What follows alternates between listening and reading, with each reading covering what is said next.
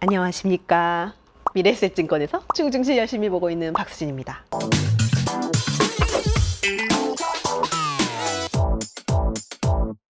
요즘에 저한테 이런 질문 되게 많이 주시는 것 같아요.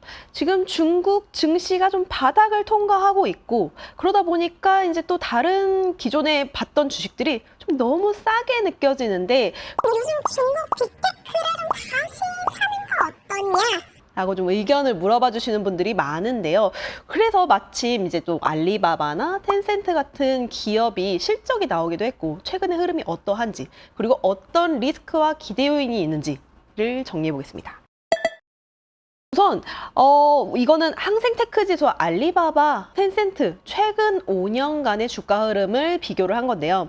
우선 굉장히 2021년 기준으로 처참하죠. 이 이유는 뭐 여러 가지 중국의 플랫폼 기업 규제도 좀 강하게 있었고, 그리고 미중 갈등도 이 시기에 굉장히 거셌고 여전히 이어지고 있긴 하지만, 그리고 여기에 중국의 경기 둔화 등이 전반적으로 영향을 미치고 있는 상황에, 그래서 이제 이런 주가들이 회복되지 못하는 것이다 라고 보고 있는데, 그러다 보니까 주가가 좀 싸다는 거는 이해는 하겠어요. 하지만 지금 최근 들어서의 분위기가 또 어떻게 전환되고 있는지를 또 짚어볼 필요는 있겠다라는 거죠. 우선 알리바바부터 보겠습니다.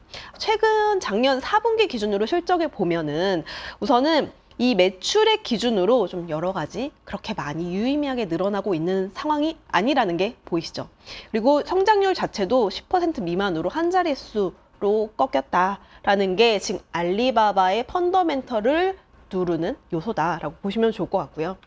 여기에 이제 알리바바가 주요 사업들을 많이 뭐 쪼갰다가 붙였다가 막 지금 여러 가지 하고 있는데, 이제 이런 비중을 한번 보셔야 될 것 같아요. 우선 가장 비중이 높았던 전자상거래, 이렇게 쭉 예전 한 3, 4년 전이랑 비교했을 때 전자상거래의 사업은 좀 많이 줄어들었고, 글로벌 사업이 커졌고, 여기에 물류 사업이 커졌다라는 걸 볼 수 있겠습니다. 그리고 최근에 이 물류 사업을 이제 뭐 원래 상장을 하려고 했던 것들을 철회하고, 이 전자상거래 글로벌 디지털과 좀 합류해서 시너지를 내겠다라고 발표까지 했거든요. 그래서 알리바바가 하려는 것들은 결국에 전자상거래 글로벌 진출, 우리 지금 알리익스프레스 난리 났잖아요. 그래서 이런 쪽으로 진출을 하려고 하는 것, 여기에 클라우드를 또 열심히 하겠다. 크게 두 가지로 좀 핵심적으로 요약해서 좀 집중해 나갈 것이다 라고 의지를 피력했습니다. 그런데 지금 저희 전자상거래, 제가 지난번에 핀도어 말씀드릴 때도 이제 보여드렸던 차트지만 굉장히 시장 내에서 경쟁이 치열해지고 있잖아요. 중국뿐만 아니라 글로벌 전자상거래 시장도 지금 저가 경쟁부터 시작해서 글로벌 점유 경쟁이 더욱더 치열해지고 있다. 그래서 이런 국면은 알리바바가 어떻게 이제 향후에 돌파해 나갈 것이냐가 좀 관건이 될 것 같아요.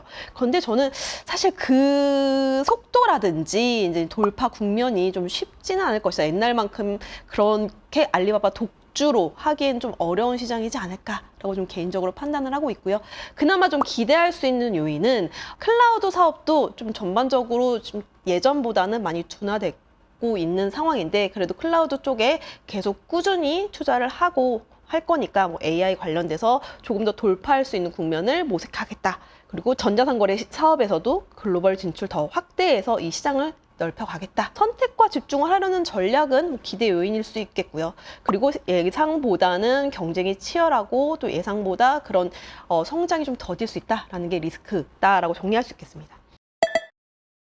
텐센트로 빠르게 넘어가 보도록 하겠습니다. 텐센트도 분기 매출액을 보면은 전반적으로 좀 이렇게 하식간 이렇게 플랫하게 나타나고 있다라는 점이 보이실 거예요.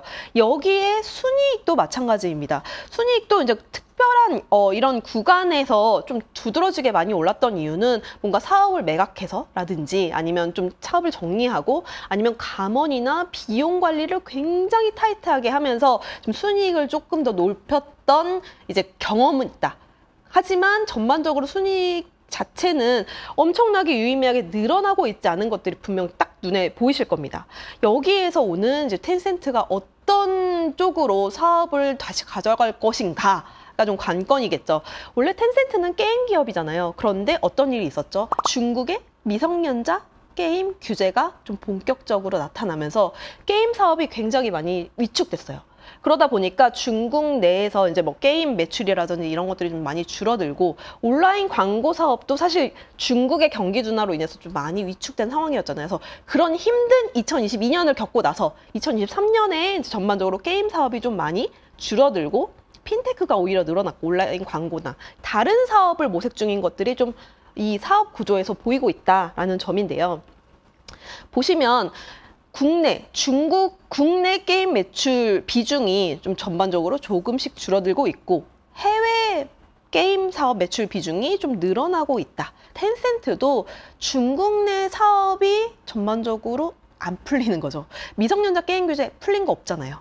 뭐 판호 발급해주고 있긴 하지만 미성년자 수요단의 여러 가지 규제는 아직까지 풀리고 있지 않다라는 점이 좀 압박적인 요소고요. 여기에 이제 그럼 이런 국면을 어떻게 돌파할 것이냐. 중국 내에서 이제 온라인 광고에 조금 더 힘을 실어 나가기 시작합니다. 위챗이라는 우리나라의 카카오톡 같은 플랫폼을 이용해서 거기에서 저희도 이제 광고 같은 게 많이 뜨잖아요. 그래서 광고가 바로 이제 뭐 라이브 커머스로 이어지고 거기서 라이브 커머스에서 보는 제품들이 바로 링크가 떠서 위챗 페이로 결제할 수도 있는 이런 환경을 계속 만들어 나가고 있다라는 점에서 온라인 광고 사업의 매출액이 좀 늘어나고 있다. 텐센트에서는 지금 이 사업이 어쨌든 돈이 조금 더 되고 있기 때문에 그리고 이것들을 바탕으로 뭐 핀테크라든지 기업 서비스에 대해서 수수료를 먹는 구조가 조금 더 돈이 이제 벌리고 있기 때문에 이런 쪽을 더 집중할 가능성이 높다라는 점을 주목해 보시는 게 좋을 것 같습니다. 그래서 텐센트의 기대 요인도 사실 아까 말씀드렸던 것처럼 온라인 광고에서 조금 더 효과가 나타나느냐가 관건일 것 같고 기존의 게임 사업에 대해서 비중이 컸던 거를 좀 줄이고 다른 사업으로 사업 구조를 바꿔나가고 있다. 거기서 오는 이제 매출액의 성장이라든지 구조적인 개혁이 기대 요인일 수도 있겠고요. 리스크는 뭐 계속 이런 측면에서도 좀 경쟁도 있고 결국에는 뭐 게임 쪽에서도 유의미한 결과가 나타나지 않으면 전반적으로는 매출액 자체는 성장이 플랫해질 수밖에 없는 상황이다라는 것이 리스크입니다. 자, 그럼 향후에 플랫폼 기업 투자에 대해서 어떻게 봐야 될 것이냐. 중국 증시, 홍콩 증시가 조금 바닥에서 올라온다라고 하면 옛날에 우리가 봤던 기업들을 다시 한번 돌아보고 이거 살까? 좀 익숙하니까 좀 고민하시게 된단 말이죠. 근데 옛날의 알리바바 텐센트와 지금의 알리바바 텐센트가 같은 느낌인가? 라고 했을 때 그런 부분들은 좀 아직 이제 아니다. 그래서 좀 유의해야 되는 부분들이 있다. 성장 포인트가 좀 일부 꺾인 구간이 있기 때문에 아직은 좀 조심해야 되고 좀 유의해서 봐야 되는 기업이다. 라고 좀 말씀드릴 수 있겠습니다. 그리고 아까 말씀드렸던 이런 기업의 펀더멘털이 어느 쪽으로 돌파할 수 있느냐를 꾸준히 지켜보시는 게 좋을 것 같아요. 주가가 싼 건 맞지만 그렇다고 향후에 좀 많이 오르겠다라는 기대감도 아직까지는 나타나고 있지 않기 때문에 좀 유의하셔야 될 것 같고요. 궁금하신 기업이나 산업에 대해서 좀 있으시면 언제든지 댓글 남겨주시고요. 제가 최대한 이제 피드백 드릴 수 있도록 노력하겠습니다. 감사합니다.